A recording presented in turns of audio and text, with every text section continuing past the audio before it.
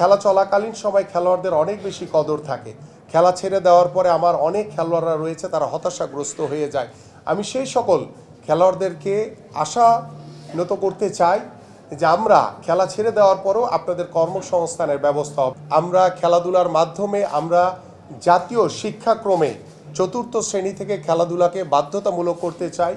আমাদের ঢাকা মহানগরীতে প্রায় 100টি ওয়ার্ড রয়েছে। আমরা চেষ্টা করব প্রত্যেকটি ওয়ার্ডের মধ্যে যদি আমরা করতে না পারি বা দুটি ওয়ার্ডের মাঝখানে আমরা সরকারিভাবে 3 থেকে 4 বিঘা জায়গা অ্যাকোয়ারের মাধ্যমে আমরা আমাদের এলাকার বা আমাদের ভবিষ্যৎ প্রজন্মের জন্য খেলার মাঠ আমরা তৈরি করতে চাই এবং সেই খেলার মাঠের চারপাশে আমরা ওয়াকওয়ে তৈরি করতে চাই, যেখানে আমাদের বয়োবৃদ্ধ বাবা মারা হাঁটার মাধ্যমে তাদের শরীরকে সুস্থ রাখতে পারবে। আমরা আমাদের যে বিকেএসপিগুলো রয়েছে সেই বিকেএসপিগুলোতে বা আমাদের আরও অন্যান্য বিভাগীয় শহরে বিকেএসপি তৈরির যে আমাদের শাখার যে পরিকল্পনা রয়েছে, সেখানে আমরা রাষ্ট্রীয়ভাবে সরকারিভাবে সেই সকল প্রতিভাবান খেলোয়াড়দেরকে আমরা বিনামূল্যে তাদের পড়াশোনা এবং খেলাধুলার সকল দায় দায়িত্ব গ্রহণ করব। আজকের পর থেকে কোনো কঠোরতা থাকবে না, কারণ আমি সাংবাদিকরা আপনারা যেভাবে আমাদের খেলাধুলাকে এগিয়ে নিয়ে যাওয়ার জন্য লেখনির মাধ্যমে আপনারা যেভাবে এগিয়ে নিয়ে যেতে চান, আমি মনে করি যে আপনাদের সকলের স্বতঃস্ফূর্ত অংশগ্রহণের মাধ্যমেই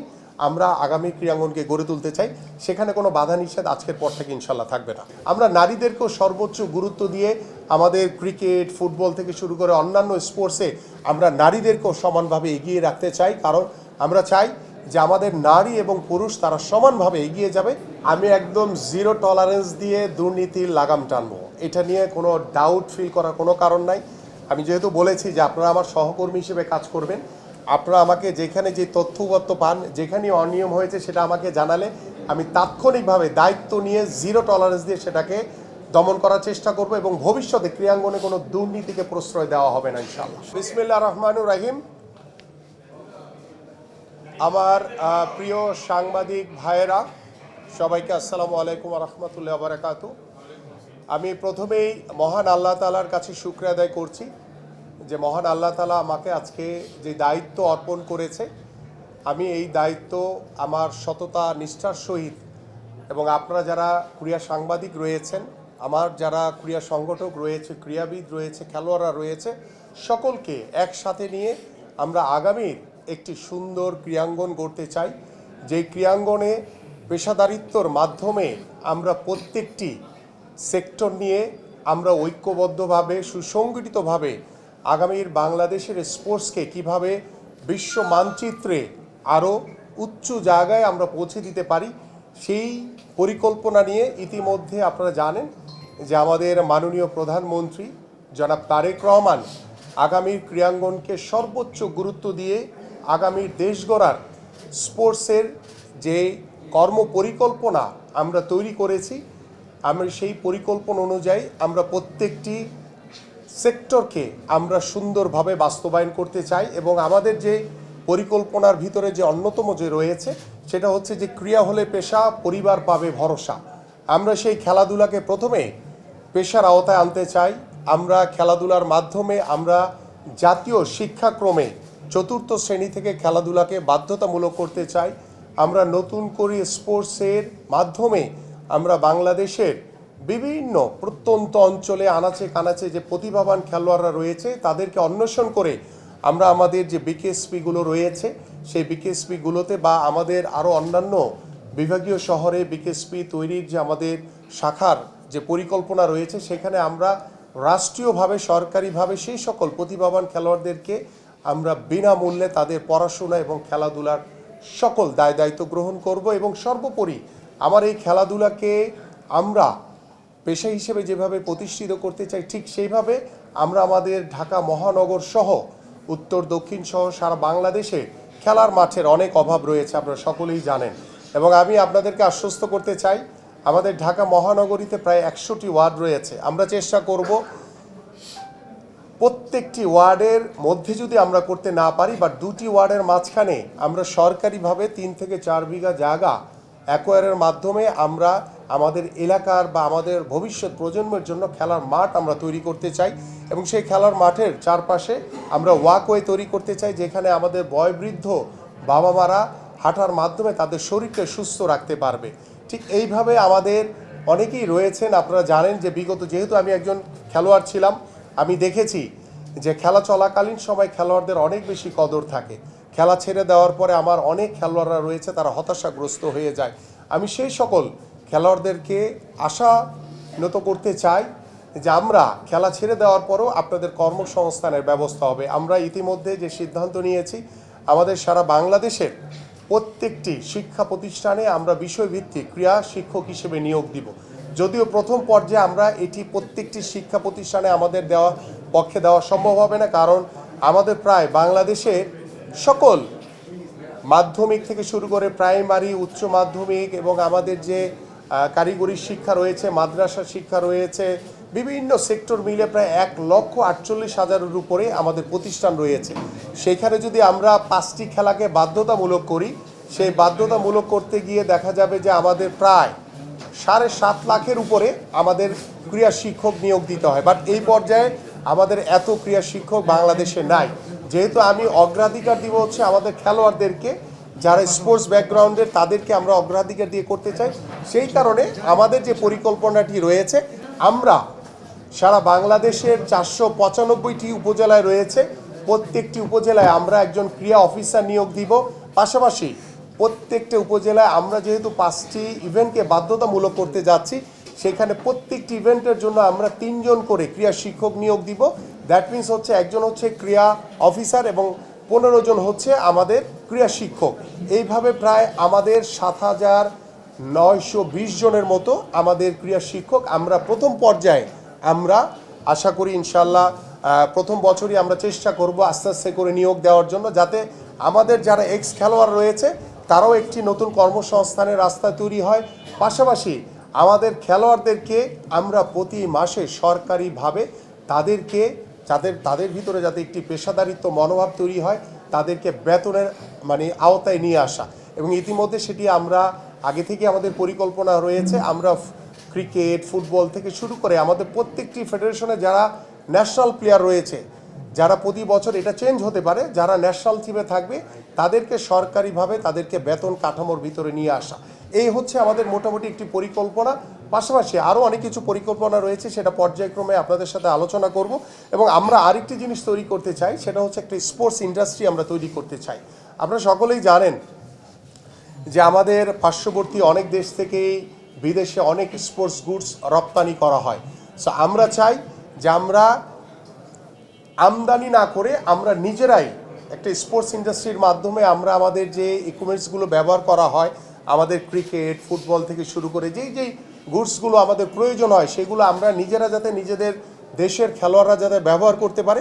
পাশাপাশি আমরা চেষ্টা করব সেগুলোকে রপ্তানিও করার জন্য, যাতে আমরা আন্তর্জাতিক মানের একটি স্পোর্টস ইন্ডাস্ট্রি তৈরি করার মাধ্যমে আমরা যাতে আমাদের যে বৈদেশিক যে মুদ্রা, সেটাও যাতে আমরা আয় করতে পারি। এইভাবেই আমাদের একটি পরিকল্পনা রয়েছে।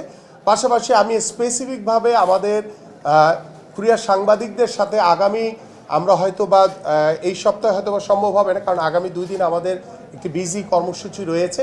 আমি নেক্সট উইকেই আমাদের সকল ক্রীড়া সাংবাদিকদের সাথে বসবো, সবার আগে বসে আপনাদের মধ্য থেকে পরামর্শ নিয়ে আলোচনার মাধ্যমে কিভাবে আমরা এগোতে পারি। এবং আমরা চাই যে আমি শুধু একা দায়িত্ব নিব না, আপনাদের সকলকেই দায়িত্ব নিতে হবে, কারণ এই স্পোর্টসটা হচ্ছে আমাদের সবার। এবং সেই স্পোর্টসে যদি আপনারা সবাই আমাকে সহযোগিতা করেন, আমি দৃঢ় বিশ্বাস করি যে আপনারা আমার সহকর্মী হিসেবে কাজ করবেন। সেখানে পক্ষবিপক্ষ নয়, আমরা সকলে মিলে আমরা একটি আগামীর সুন্দর একটি স্পোর্টস, একটি ক্রীড়াঙ্গন গড়তে চাই, যে ক্রীড়াঙ্গনের মাধ্যমে যেটি আমি বিগত সময় বলে এসেছি যে আমাদের রাজনৈতিক যে গুণগত পরিবর্তন আনা দরকার, আমি বিশ্বাস করি ক্রীড়াঙ্গন হবে অন্যতম একটি মাধ্যম। এবং আমরা আশা করি যে আমাদের ক্রিকেটের যে একটি ইস্যু রয়েছে, আপনারা জানেন যে সাম্প্রতিক পর্যায়ে আমরা বিশ্বকাপ যে খেলতে আমাদের যে একটি কূটনৈতিক যে নীতির কারণে আমরা কূটনৈতিক যে একে অপরের সাথে যদি আলোচনা করে যদি আমরা এটিকে সমাধান করতে পারতাম, সেটি হয়তো বা তাহলে আমাদের দল হয়তো বা বিশ্বকাপ খেলতো। আমি চাই যে এটি দ্রুত অবসান হবে। এবং ইতিমধ্যে আমি কথা বলেছি, আমি আমাদের যে পার্শ্ববর্তী দেশ রয়েছে তাদের সাথে আমরা বন্ধুত্বপূর্ণ সম্পর্ক রেখে আমরা ক্রিকেট, ফুটবল থেকে শুরু করে সকল স্পোর্টসের সকলেই যাতে আমরা একটি কূটনৈতিক একটি আদান প্রদানের মাধ্যমে যাতে আমরা একটি সুন্দর বন্ধুত্বপূর্ণ সম্পর্ক গড়ে তুলে আমরা যাতে প্রত্যেকটি দেশের সাথে একটি আন্তরিকভাবে আমাদের স্পোর্টসের যে বিষয়গুলো রয়েছে সেগুলো আলোচনার ভিত্তিতে আমরা আদান প্রদানের মাধ্যমে যাতে আমরা একটি সুন্দর স্পোর্টস অঙ্গন গড়ে তুলতে পারি। আমি আশা করি যে আপনারা আমার সাথে রয়েছেন, আমি আপনাদের সার্বিকভাবে আপনাদের সহযোগিতা চাই এবং আমি আশা করব আমাদের যারা বিভিন্ন ফেডারেশনগুলো রয়েছে, জানেন যে আমাদের যে বাংলাদেশের যে ফুটবল থেকে শুরু করে ক্রিকেট হয়তো বা ফাইন্যান্সিয়ালি অনেক রিচ তারা, কিন্তু অন্যান্য যে স্পোর্টসগুলো রয়েছে আমাদের তার অনেক আর্থিক দৈন্যতার কারণে তারা ঠিকমতো হয়তো বা প্রত্যেকটি ইভেন্টকে তারা অর্গানাইজ করতে পারে না, খেলা অনুষ্ঠিত করতে পারে না। আমি চাই যে আমাদের যারা কর্পোরেট হাউসগুলো রয়েছে, ইতিমধ্যে আমি কথা বলেছি কয়েকজনের সাথে এবং সরকারিভাবে তাদেরকে আমন্ত্রণ জানিয়ে আমরা তাদের সাথে বসে আমাদের প্রত্যেকটি ফেডারেশনকে আমরা কর্পোরেট হাউসগুলোর আওতায় এনে আমরা প্রতিনিয়ত যাতে আমাদের যে বাৎসরিক একটি ক্যালেন্ডার আমরা তৈরি করব, সেটি আমাদের দেশীয় খেলা থেকে শুরু করে আন্তর্জাতিক খেলাগুলো যাতে বাৎসরিকভাবে আমাদের স্পোর্টস কখন কোন জায়গায় হবে, কিভাবে আমরা সম্পন্ন করব, এই বিষয়গুলো নিয়ে সার্বিকভাবে আপনাদের সাথে আলোচনার মাধ্যমে ইনশাল্লাহ আমরা এই খেলাগুলোকে আমরা অনুষ্ঠিত করতে চাই এবং আমরা চাই যে আমাদের যাতে কোনো মানে যানজটের ভিতরে না পড়তে হয়। কারণ আমরা চাই খেলাধুলাটা নিয়মিত হবে, সেটা আমাদের পুরুষ ফুটবল টিম বলেন, ক্রিকেট বলেন, বা আমাদের নারীরা যেভাবে এগিয়ে যাচ্ছে আমরা নারীদেরকেও সর্বোচ্চ গুরুত্ব দিয়ে আমাদের ক্রিকেট ফুটবল থেকে শুরু করে অন্যান্য স্পোর্টসে আমরা নারীদেরকেও সমানভাবে এগিয়ে রাখতে চাই। কারণ আমরা চাই যে আমাদের নারী এবং পুরুষ তারা সমানভাবে এগিয়ে যাবে এবং আমার জায়গা থেকে আমাদের সরকারের পক্ষ থেকে এবং আমাদের প্রধানমন্ত্রী জনাব তারেক রহমানের পক্ষ থেকে সার্বিকভাবে আমরা খেলোয়াড়দেরকে সবচেয়ে বেশি ফোকাস করতে চাই। কারণ আমরা চাই যদি আমার খেলোয়াড়রা ভালো থাকে তাহলে আমার ক্রীড়াঙ্গন ভালো থাকবে, আমার খেলোয়াড়রা যদি ভালো থাকে তাহলে আমার পরিবেশ ভালো থাকবে। আমি অবকাঠামো না, আমি আমার খেলোয়াড়দের বেশি আমাদের খেলোয়াড়দের দিকে বেশি মনোযোগী হতে চাই। আমি আজকে শপথ গ্রহণ অনুষ্ঠান থেকে আসার পরেই আমাদের সংসদ ভবনে ইন্ডিয়ার ডেপুটি হাই কমিশনারের সাথে আমার দেখা হয়েছিল। অ্যাবাউট দিস রিজন আমি তার সাথে কথা বলেছি এবং সেও খুব ফ্রেন্ডলি, আমিও তার সাথে খুব ফ্রেন্ডলিভাবে বলেছি যে আমরা দ্রুতই এই সমস্যাটি আলোচনার ভিত্তিতে নিরসন করতে চাই। কারণ আমরা চাই যে আমাদের পার্শ্ববর্তী সকল দেশের সাথে যাতে আমাদের একটি বন্ধুত্বপূর্ণ সম্পর্ক থাকে, সেটা খেলাধুলা থেকে শুরু করে সব সেক্টর নিয়ে আমরা একটি আন্তরিক পরিবেশ গড়ে তোলার মাধ্যমে আমরা একটি সৌহার্দ্যপূর্ণ সম্পর্ক গড়ে তুলতে চাই। দেখেন, আমি বিষয়টি এখানে আইসিসি দ্বারা নিয়ন্ত্রিত, আইনের ভিতরে থেকে নিয়মের ভিতরে থেকে এটি আলোচনার ভিত্তিতে যা করণীয় আছে সেটি আমি বসে আলোচনার মাধ্যমে পরে এটি নিয়ে আমি মন্তব্য করব। আজকের পর থেকে কোনো কঠোরতা থাকবে না, কারণ আমি সাংবাদিকরা আপনারা যেভাবে আমাদের খেলাধুলাকে এগিয়ে নিয়ে যাওয়ার জন্য লেখনির মাধ্যমে আপনারা যেভাবে এগিয়ে নিয়ে যেতে চান, আমি মনে করি যে আপনাদের সকলের স্বতঃস্ফূর্ত অংশগ্রহণের মাধ্যমেই আমরা আগামী ক্রীড়াঙ্গনকে গড়ে তুলতে চাই। সেখানে কোনো বাধা নিষেধ আজকের পর থেকে ইনশাল্লাহ থাকবে না। আমার কাছে যেটি চ্যালেঞ্জ বলতে বিষয় না, বিষয়টা হচ্ছে যে আমি একটি সামগ্রিকভাবে আমরা একটি সুন্দর পরিবেশে যে বিগত সময়ে আমরা যে একটি অস্থিতিশীল ক্রীড়াঙ্গন দেখেছি, সেখানে ক্রীড়াবিদ, ক্রীড়া সংগঠক, সাংবাদিকদের ভিতর কিন্তু একটি ডিস্টেন্স তৈরি হয়েছে আমার কাছে মনে হয়েছে। বাট আমি চাই যে এই জায়গাটা আমরা যাতে একটি ফ্যামিলিয়াল সম্পর্ক গড়ে তুলতে পারি। আপনার সাথে আমাদের ক্রীড়াবিদ, আমাদের যারা ক্রীড়া সংগঠক কিংবা ক্রীড়া সাংবাদিক যারা রয়েছেন, সকলেই একটি পরিবারের মতো। কিভাবে আমাদের সকলের উদ্দেশ্য কিন্তু আমাদের বাংলাদেশে ক্রীড়াঙ্গনকে কীভাবে এগিয়ে নিয়ে যেতে পারি, এটাই তো মূল টার্গেট। সো এইখানে ভিতরে কে বা কাহারা যদি কেউ কোনো দুষ্টামি কিংবা ষড়যন্ত্র করার চেষ্টা করে, সেটা করার আশা করি আর ভবিষ্যতে সুযোগ পাবে না। আমরা সকলেই একটি পরিবারের মতো ইনশাল্লাহ একসাথে এগিয়ে যাব। দেখেন, আমাদের ঢাকা স্টেডিয়ামের যে পরিবেশ, আমি যখন থেকে খেলেছি ছোটবেলা থেকে তখন থেকে কিন্তু একই পরিবেশ দেখেছি। সো এটার কোনো পরিবর্তন হয়নি। সো যেহেতু এটি আমার মিনিস্ট্রির আন্ডারে, সো এটি আমি আলোচনার মাধ্যমে যদি কোনো সমাধান করার সুযোগ থাকে তাহলে আমরা সেটা নিয়ে আলোচনা করব। আর সাকিব আর মাশরাফির বিষয়টি এটা রাষ্ট্রীয় একটি সিদ্ধান্ত। আমি মনে করি যেটা আমরা রাষ্ট্রীয়ভাবে আমরা অত্যন্ত নমনীয়ভাবে, যেহেতু তারা বাংলাদেশের লিজেন্ডারি ক্রিকেটার, তাদেরকে অবশ্যই আমরা সাধুবাদ জানাই। কিন্তু যে মামলাগুলো হয়েছে সেটা রাষ্ট্রীয়ভাবে সিদ্ধান্ত গ্রহণের মাধ্যমে আমরা চাই তারা যাতে আমাদের বাংলাদেশে যাতে দ্রুত ফিরে আসতে পারে। আমি একদিনে পারবো না, একদিনে এটা সম্ভব না, কারণ দীর্ঘদিনের যে চর্চা সেটাকে একটি জায়গায় নিয়ে আসতে হলে একটু সময় লাগে। এক্ষেত্রে আপনাদেরও সহযোগিতা লাগবে। আমি চাই যে খেলাধুলার ভিতরে যাতে রাজনৈতিককরণ না করা হয়, দলীয়করণ না করা হয়, এবং যারা খেলাধুলাকে ভালোবাসে, যারা ক্রীড়াঙ্গনকে ভালোবাসে, সেই মানুষগুলোকে আমরা স্পোর্টসের বিভিন্ন সেক্টরে দায়িত্ব দিতে চাই। পাশাপাশি দেখেন, ক্রিকেট বোর্ডের নির্বাচন নিয়ে আমি বিগত সময় বলেছি, এখনও বলছি যে অনেক প্রশ্নবিদ্ধ একটি নির্বাচন হয়েছে, বাট যেহেতু এখন একটি দায়িত্বশীল জায়গায় রয়েছি, আমি তাদের সাথে বসে আলোচনার মাধ্যমে এবং আমার যারা ক্রীড়া সাংবাদিক আছেন আপনাদের মাধ্যমে বসে এটাকে কি করণীয় যায়, কিভাবে এটাকে আমরা উতরিয়ে ভালো একটি পর্যায়ে যেতে পারি। কারণ আপনার আমার সবার উদ্দেশ্য কিন্তু একটাই, সেটা হচ্ছে ভালোর দিকে যাওয়া। সো সেই ভালোর জন্য আমরা বসে আলোচনার মাধ্যমে যা যা করণীয় আছে আপনাদের সাথে পরামর্শ করে, আমার সংশ্লিষ্ট যারা ক্রিকেট বোর্ডে রয়েছে, অন্যান্য সেক্টরে যারা রয়েছে, ফুটবল থেকে শুরু করে অন্যান্য ফেডারেশনগুলো, সবার সাথে আমি টাইম টু টাইম বসবো, বসে ইনশাআল্লাহ পার্ট বাই পার্ট বসে আলোচনার ভিত্তিতেই আমরা একটি সুন্দরভাবে অর্গানাইজড ওয়েতে আগাতে চাই, যাতে আগামীর যে ক্রীড়াবিদ যাদেরকে সবচেয়ে বেশি আমি ফোকাস করতে চাই, তারা যাতে কখনো আর পিছন দিকে তাকাতে না হয়, তারা যাতে তাদের পরিবারকে নিয়ে ভাবতে না হয়, তারা যাতে স্বাচ্ছন্দ্যে দেশের জন্য খেলতে পারে, তাদের পরিবারকে নিয়ে যাতে ভাবতে না হয় যে আগামীকালকে তার পরিবার কি খাবে, তার বাসায় কি বাজার করবে। আমি সেই চিন্তা ভাবনাটা আমার খেলোয়াড়দের মাথা থেকে সরিয়ে দিতে চাই খুব দ্রুত সময়ের ভিতরে ইনশাল্লাহ। আমাদের বেশ কিছু ইভেন্টকে আমরা অলরেডি শর্টলিস্ট করেছি।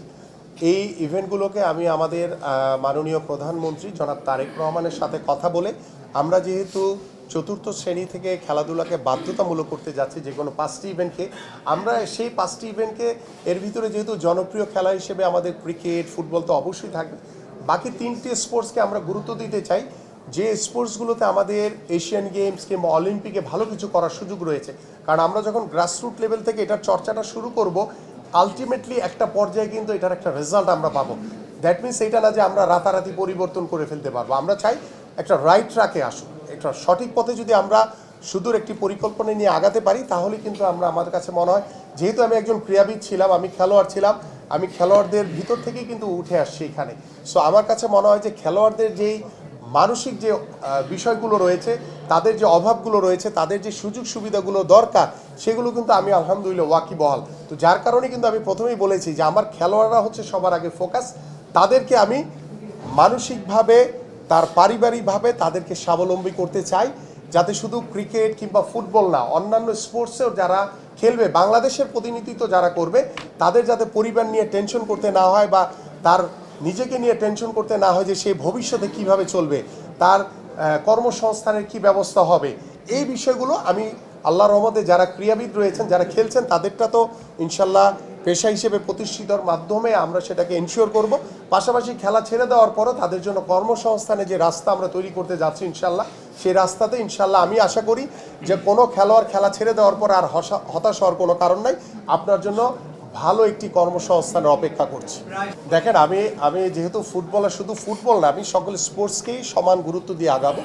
এবং ফুটবল যেহেতু আমরা রিসেন্টলি দেখেছি লাস্ট 6 মান্থ বা লাস্ট 1 ইয়ার, যে হামজা চৌধুরী বা আরও XYZ অনেক ভালো ভালো খেলোয়াড়দের আগমনের কারণে কিন্তু ফুটবলে কিন্তু একটি অন্যরকম একটি প্রাণ ফিরে এসছে, এবং এটিকে কাজে লাগাতে হবে। আমরা দেখেন লাস্ট আমাদের ম্যাচ কবে হয়েছে আমি জানি না, আপনারা জানেন কিনা, আপনারা মনে আছে কিনা জানি না। সো আমাদের এইভাবে গ্যাপ দিয়ে থাকলে হবে না, আমাদের একটি কন্টিনিউয়াস একটা প্রক্রিয়ার ভিতরে থাকতে হবে। কারণ আমরা চাই যে আমাদের দেশীয় ফুটবল থেকে শুরু করে আমাদের আন্তর্জাতিক ফুটবল সব ক্ষেত্রেই যাতে আমরা এগিয়ে যেতে পারি। আজকে শুধু আমি মুখে বললাম এটা হবে না, আমি এটাকে সর্বোপরি কার্যকারিতার মাধ্যমে এটাকে প্রতিষ্ঠিত করতে চাই। ইতিমধ্যে আমার সাথে হয়তো বা আমাদের সংসদ ভবনে তাবিদ আউয়ালের সাথে দেখা হয়েছিল, ওইভাবে কথা বলতে পারিনি, বাট আমি হয়তো বা আগামী 2 দিন পরে আমি সেক্টর ওয়াইজ প্রত্যেকটি ফেডারেশনের সাথে বসবো। সবার আগে আপনাদের সাথে বসবো, আপনারা যারা ক্রীড়া সাংবাদিক রয়েছেন আপনাদের সাথে বসে পরামর্শ করে, এবং আপনাদের ভিতর থেকে হয়তো আমি কাউকে দায়িত্ব দিব আমার সাথে কাজ করার জন্য, যারা আমাকে আল্লাহর রহমতে আল্লাহ বাঁচিয়ে রাখলে এই দীর্ঘ যে স্পোর্টস নিয়ে যে পরিকল্পনা রয়েছে, সেই স্পোর্টসে যাতে আপনারা সবাই যাতে আমার সহকর্মী হিসেবে কাজ করতে পারে। দেখেন, আজকে তো ফার্স্ট ডে আপনাদের সাথে কথা বলছি আমি, সো আমাকেও সময় দিতে হবে। আমি যেহেতু বলেছি যে ইতিমধ্যে আমি আগামী সপ্তাহে একদম প্রথম সপ্তাহের প্রথম দিনই আপনাদের সাথে ইনশাল্লাহ বসে আলোচনা করে আপনারা এই সাবজেক্টগুলো নিয়ে আলোচনা করব, যে আমাদের কোথায় কোথায় অ্যাডক কমিটি রয়েছে, এটাকে কিভাবে শুধরিয়ে আমরা প্রত্যেকটি ফেডারেশনকে সচল করতে চাই আমরা, এবং সেটার জন্য সরকারের পক্ষ থেকে যেই ধরনের সুযোগ সুবিধা দরকার সকল সুযোগ সুবিধা আমরা দিব। কারণ আমরা স্পোর্টস হচ্ছে আমাদের খেলোয়াড়, ক্রীড়া সংগঠক, ক্রীড়া সাংবাদিক আমাদের দেশের একটি অর্জন। তো সেটিকে এগিয়ে নিয়ে যাওয়ার জন্য আমার কাছে মনে হয় যে আপনাদের পরামর্শ, আমাদের যে চিন্তা ভাবনা রয়েছে, আমাদের যে পরিকল্পনা রয়েছে, সেগুলোকে একত্রিত করে আমরা ডেফিনেটলি সামনের দিকে এগিয়ে যাব এবং সত্যিকার অর্থে আমরা স্পোর্টসের ক্ষেত্রে সুশাসন আমরা প্রতিষ্ঠা করতে চাই ইনশাআল্লাহ। আমি ইতিমধ্যে ক্রীড়া নীতিমালার একটি অংশ আমার কাছে রয়েছে, আমি এগুলো দীর্ঘদিন ধরে স্টাডি করছি। আমাদের যেখানে যেখানে নীতিমালা পরিবর্তন করতে হবে সেটা আমরা করবো, সেটা আলোচনার ভিত্তিতেই করবো। সো আজকে একদিনই যদি সব করে ফেলে তাহলে বাকি দিন কী করবো? আমি একদম জিরো টলারেন্স দিয়ে দুর্নীতির লাগাম টানবো, এটা নিয়ে কোনো ডাউট ফিল করার কোনো কারণ নাই। আমি যেহেতু বলেছি যে আপনারা আমার সহকর্মী হিসেবে কাজ করবেন, আপনারা আমাকে যেখানে যে তথ্যপত্র পান, যেখানে অনিয়ম হয়েছে সেটা আমাকে জানালে আমি তাৎক্ষণিকভাবে দায়িত্ব নিয়ে জিরো টলারেন্স দিয়ে সেটাকে দমন করার চেষ্টা করব এবং ভবিষ্যতে ক্রীড়াঙ্গনে কোনো দুর্নীতিকে প্রশ্রয় দেওয়া হবে না ইনশাআল্লাহ। আমি আসলে নিজেই জানি না যে কেন আপনাদেরকে ঢুকতে দেয় না, এটা আমার নিজেরই নলেজে নেই। বাট আমি এটুকু দায়িত্ব নিয়ে বলছি, আগামীকাল থেকে আপনারা স্টেডিয়ামে যাবেন, আপনারা আপনাদের নির্বিঘ্নে আপনারা আপনাদের কাজ করবেন এবং সেখানে কেউ বাধা প্রদান করবে না। কারণ আমি না, আমরা দীর্ঘ সেই ছোটবেলা থেকে আমি যখন খেলাধুলা করেছি, সাংবাদিকরা হচ্ছে খেলোয়াড়দের প্রাণ। কারণ সাংবাদিকদের মাধ্যমেই কিন্তু একটি খেলোয়াড়কে উৎসাহিত করা, যে ভালো খেলে তারকে উৎসাহিত করা, যে খারাপ খেলে তাকে সমালোচনা করা, সব কিছু কিন্তু আমরা মেনে নিয়েই কিন্তু আমরা খেলোয়াড়রা দীর্ঘদিন ধরে খেলে এসেছি। সো আপনারা যারা ক্রীড়া সাংবাদিক, আপনারা যদি চোখে না দেখে যদি কিছু লিখতে না পারেন, তাহলে সেই খেলাটি সম্পর্কে আপনারা কীভাবে মন্তব্য করবেন? সো আমার কাছে মনে হয় আমি সংশ্লিষ্ট ক্রিকেট বোর্ডের যিনি এখন আমি দেখব যে কে আছে তাকে বলে দিব। আমি সিওকে বলে দিচ্ছি যাতে কালকে থেকে আপনাদেরকে উন্মুক্ত করে দেওয়া হয়। আপনারা ক্রিকেট বোর্ডে যাবেন, এটি আপনাদের এই প্রতিষ্ঠান, আপনারা স্বাচ্ছন্দ্যে স্বাধীনভাবে কাজ করবেন, সেখানে আপনাদেরকে কেউ বাধা প্রদান করবে না। এবং আমিও আপনাদের কাছ থেকে আশা করব যে আমাদের ক্রিকেটকে এগিয়ে নিয়ে যাওয়ার জন্য আপনাদের কাছ থেকেও কিন্তু সার্বিক সহযোগিতা আমি চাই। ডেফিনেটলি আমি তো বলেছি প্রত্যেকটা সেক্টরকে আমরা জবাবদিহিতার ভিতরে আনবো এবং আমরা বিগত সময় কি ঘটেছে সেগুলো আলোচনার মাধ্যমে, আমি তো আস্তে আস্তে করে আপনাদের মুখ থেকে শুনছি, আমাকে একটু সময় দেন, সেই সময়গুলোর মাধ্যমে ইনশাল্লাহ এই বিষয়গুলো নিয়ে যে বিভিন্ন সময় যে সমালোচনা হয়েছে সেগুলো আমরা পর্যায়ক্রমে আলোচনার মাধ্যমে সমাধান করব। বাট সবাইকে জবাবদিহিতার ভিতরে থাকতে হবে। কেউ চাইলেই বেফাস কথা বলে আমাদের ক্রিকেটারদের ইমেজ বা কিংবা কোনো ক্রীড়া সংগঠকের ইমেজ যাতে কেউ নষ্ট না করে, সেদিকে আমাদের সবাইকে সতর্ক থাকতে হবে।